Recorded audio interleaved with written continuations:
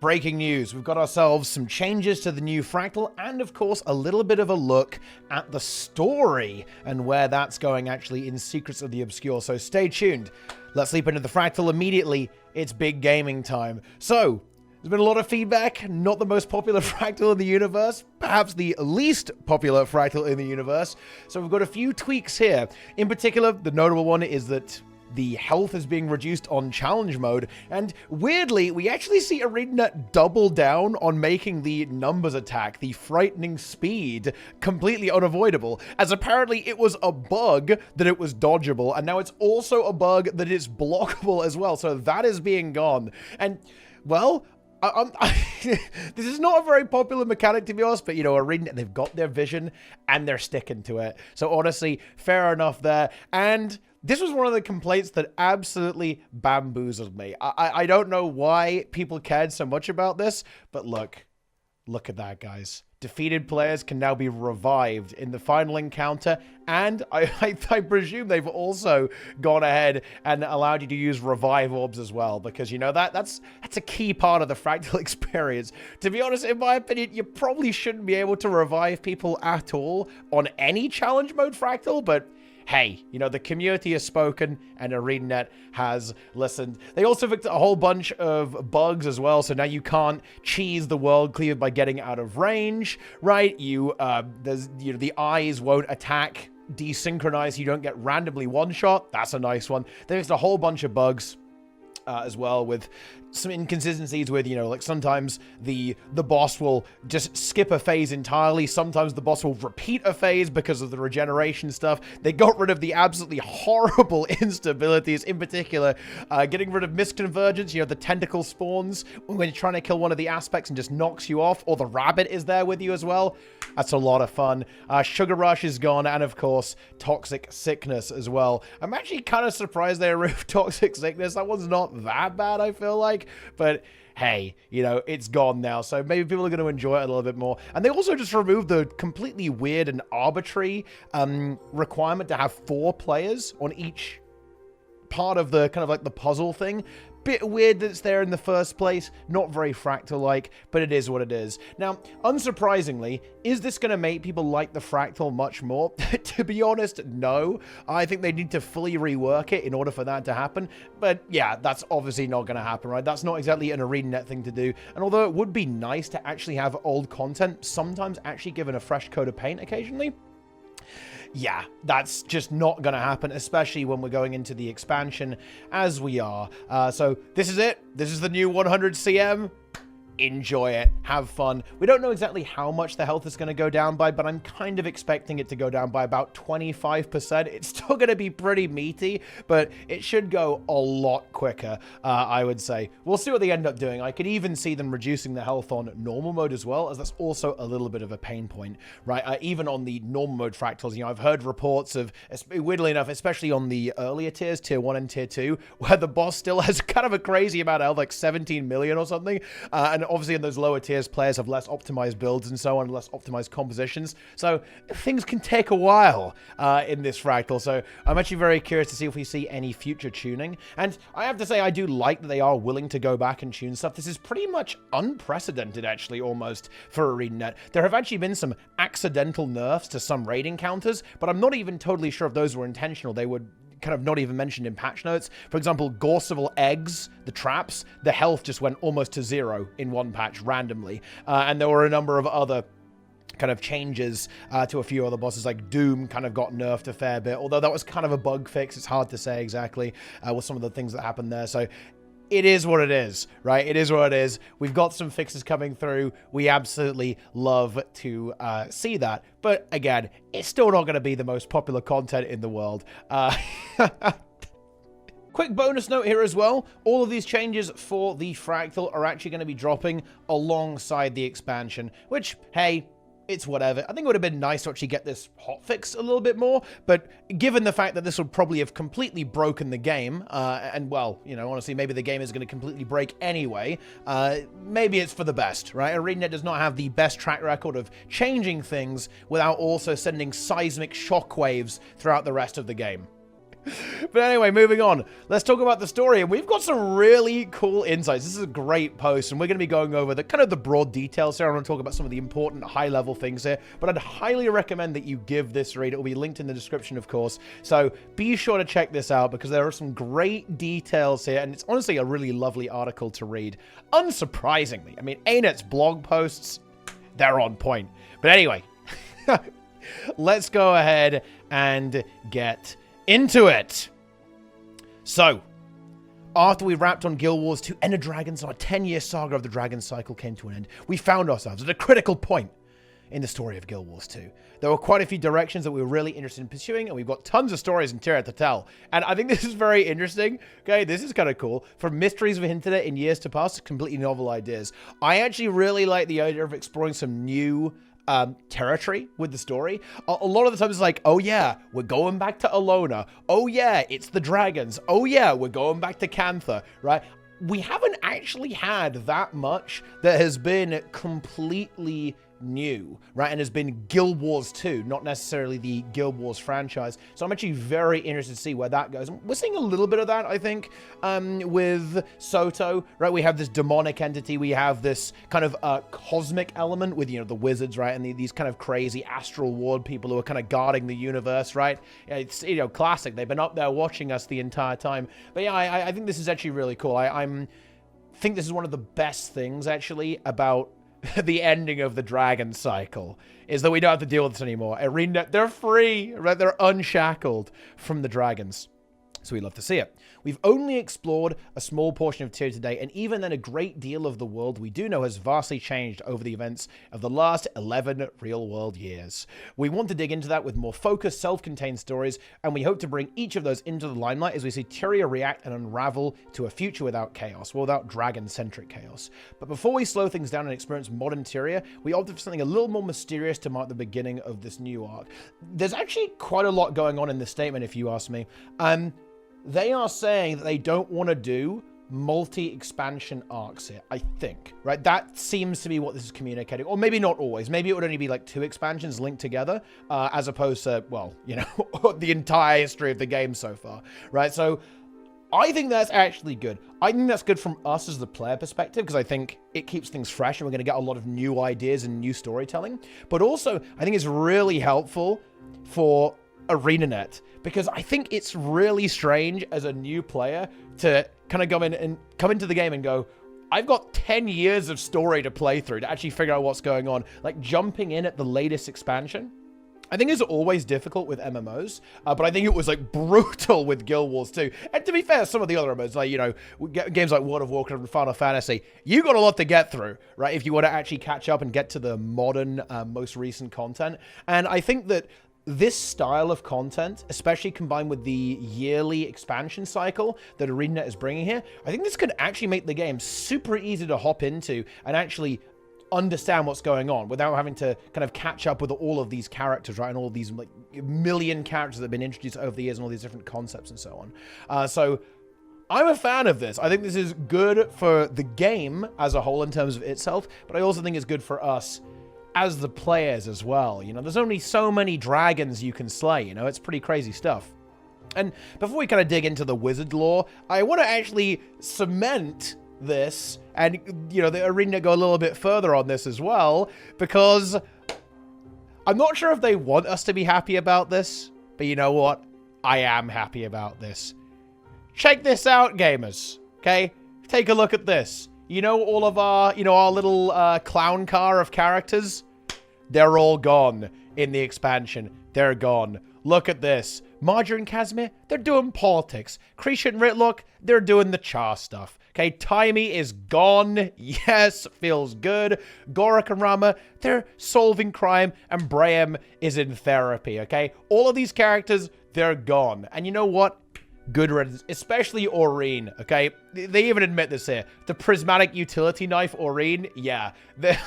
Arena are very well aware that these characters, they're overpowered, especially Aurene, and they gotta go, right? Otherwise, it's not gonna be that exciting, right? It's just, the suspension of disbelief isn't there. And you know what? It's good to bring in some fresh characters, especially when you want to have this kind of more self-contained story. You want to be able to leap into that expansion and go, I know what's going on. I'm being introduced to these characters, and I'm not expected to know something from 2 expansions ago. And you know what?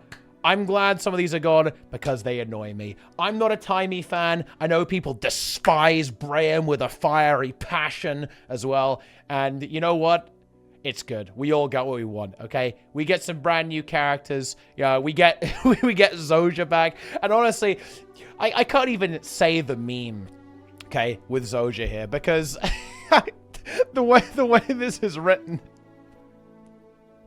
There's this really stupid meme, Zojagar, and you know what? I'm not even going to explain it, okay? You ask the comments section, they'll tell you, all right? But the way this is written is just such meme fuel for this. She endured some pretty awful injuries after being trapped inside that blinding pod. While I don't want to spoil her journey, I can say that it's been an emotional one. We have years of lost ground to cover, and our favorite Golemans has been doing some serious soul searching. Like the commander we'll have in Guild Wars 2 Secrets of the Obscure, Zoja needed a journey of her own. I'll keep that story under my hat for now. Getting to explore the depths of Zoja's self-discovery was a delight. In the middle of our fight against the Cryptists, we're going to have some incredibly tender and vulnerable moments with our Azuran ally. Well, there you have it. It's, you know, it's going to be the Zoja-themed expansion. Very exciting stuff, actually. Yeah, it's definitely, I think, like a pretty popular character. Just vanished into thin air. Right? Of course, in real life, it was because of voice actress concerns. But, you know, and say, you know, like Felicia Day became very popular. Okay, already was, to be honest. Okay, and it was in high demand, as it were. Can't do all the games, you know. But who knows? Maybe she's coming back for Zoja. Maybe it's a different one. We have seen a few voice actor changes over the years. But honestly, maybe it doesn't matter that much. But anyway, the new big bad as well is the Cryptists, okay? They're meteor enemies. And that's very literal. They're very fleshy, apparently, horrifying. But they're not too dangerous, right? And I think ArenaNet is really trying to sell us this idea that the expansion is going to be a bit more grounded, which personally I really enjoy. I have to say, one of the things that's been really attractive to me about all of the things that we've seen about Secrets of the Obscure is that it does appear to be a bit more grounded. I know we're going literally into the sky with wizards, but it's a little bit more like, oh, yeah, I've always found that the Guild Wars 2 story is like, oh, a giant dragon, but don't worry, I'll 1v1 it. You know, it's like, okay, all right.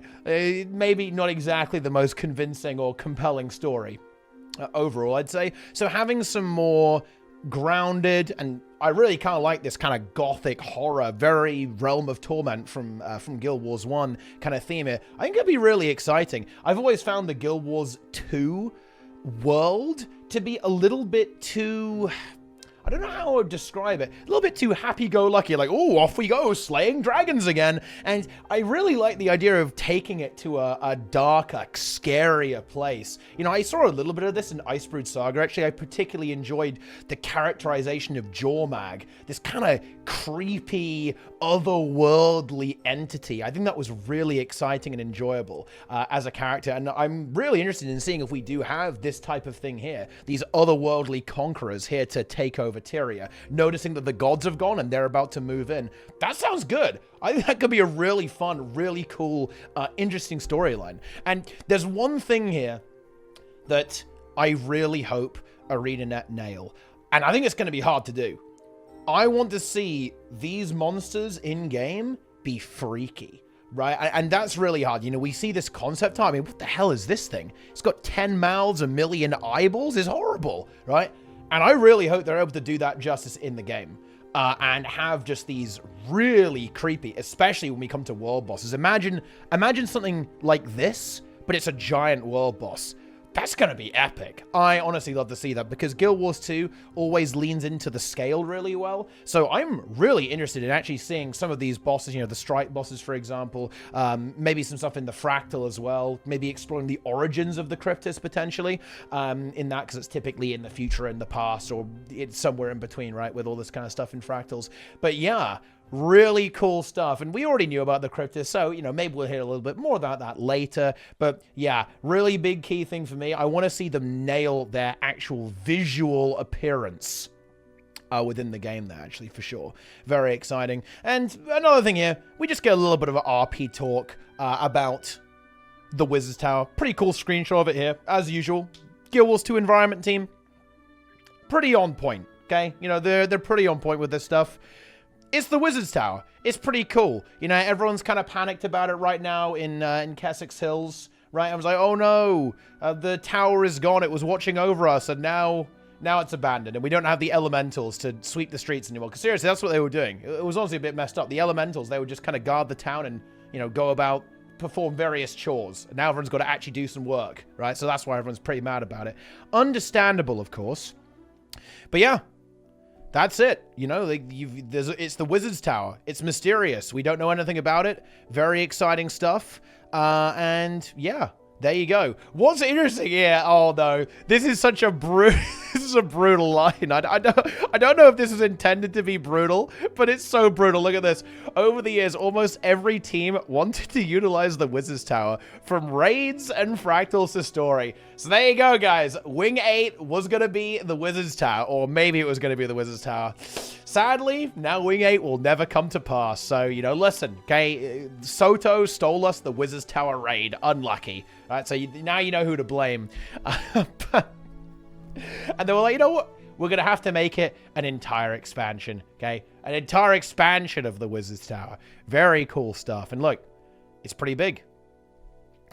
The Wizards Tower was just exciting to us, as it's been the community to speculate all these years. We managed to wiggle it into just about every pitch we had for the fourth expansion we knew out of our topic. I can just imagine this. They were in, you know, these meetings, these design meetings, these storyboarding meetings, and they're like, oh, you know, what if we went, you know, into space with the Wizards Tower? What if we went to, you know, Janthir, and then the Wizards Tower's there as well? They just kept coming up, you know, they had to throw it into the mix.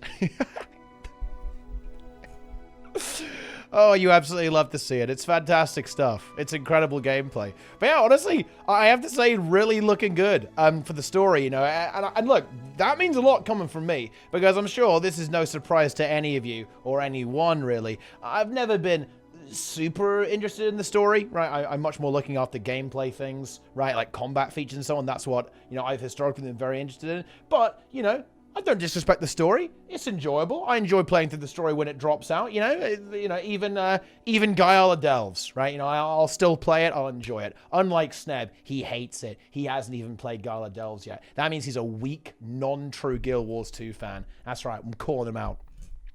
But anyway, stay tuned for the cosmic journey. 4 weeks to go until the expansion, by the way. So yeah, we're really cooking with gas now. It's kind of creeping up on us, actually. We gotta get ready. We gotta prepare ourselves for this. But anyway, a great article there, actually, from big narrative gamer Indigo. We love to hear that. And of course, definitely looking forward to reading a few more articles and some more details upcoming actually in the future, which I think is actually very likely. You know, I think they're going to keep dropping these posts just to give us, you know, a little tease. Maybe we even get a stream at some point, although that's copium. You know, I hallucinate there's going to be a dev stream before every major release every single time. This is actually terrible. I can't remember for what release it was. I think it was for Ender Dragons, actually. For some reason, I was absolutely convinced there was going to be a dev stream, like, the week before the launch of Ender Dragons or something like that. And I was adamant. I was like, I even started my stream early. I was like, you know what? We're going to have a watch party. We're going to watch this. And I started my stream, like, 3 hours early because I was excited for it. And then people told me, what are you talking about, dude? They never announced this. And it turns out that I had actually dreamt that there was going to be a dev stream. And hey, look, you know, that's my request. That's my feedback to you, ArenaNet. I want to see more dev streams. I want to see Roy, CMC, and Grouch on camera, all in the same room with the water balls. It's literally the stuff of my dreams. So make my dream come true, ArenaNet. But anyway, that's the news for today. Hope you enjoyed this video. You know, I'm feeling a little bit unhinged right now, so the tone of this one was probably a little bit odd. But you know what? We like that. That's some good stuff. So, let me know what you think, as always. Subscribe on YouTube, like the video, leave a comment, follow all my social media, and yeah, buy the game using my referral link. In fact, buy 10 copies. Get some old accounts in, you know? Get a few alts. Buy it for your friends. Hit it hard. But anyway, that's it, my friends. Thanks for watching, and I will see you next time, either on YouTube or Twitch. Take care, gamers. I'm out.